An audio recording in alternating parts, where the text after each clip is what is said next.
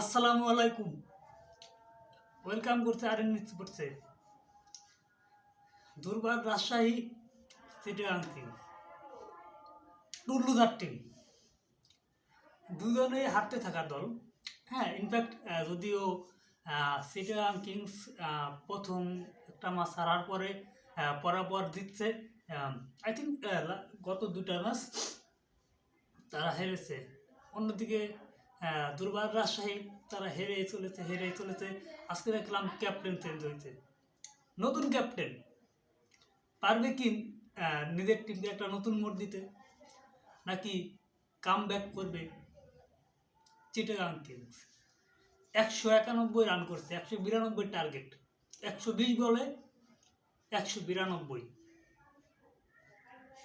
দেখেন, সবচেয়ে দুঃখজনক কি, যদি রায়ান বাল যদি আজকে না নামতে পারেন, তাইলে অবশ্যই একটা ক্ষতির মুখে পড়বে দুর্বার রাজশাহী। অন্যদিকে ইনামুল হক বিজয়, সে আছে কিনা জানি না। আমি খেলা দেখছি মাঝপথের থেকে, কাজে ছিলাম, এসে দেখলাম খেলা দেখলাম মাঝপথের থেকে। তো খেলাটা শেষ করে আপডেটটা দিলাম যে কি বলবো, ইনামুল হক যদি না থাকে তাই তো আরো দুর্ভাগ্যকে। গত ম্যাচের সেঞ্চুরিয়ান ইনামুল হক বিজয়, গত ম্যাচে সেঞ্চুরি করছে ইনামুল হক বিজয়, যদিও তার দল হেরেছে, কিন্তু ইনামুল হক বিজয় দারুণ ছন্দে আছে। দুর্বার রাজশাহী টিমের সর্বোচ্চ রান সংগ্রাহক তিনি।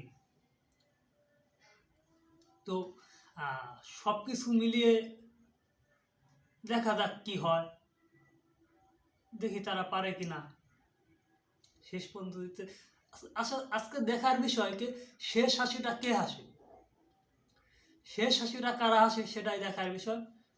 তো দর্শক, এখন এই পর্যন্তই, আবার দেখা হবে ম্যাচ শেষে। ধন্যবাদ সবাইকে।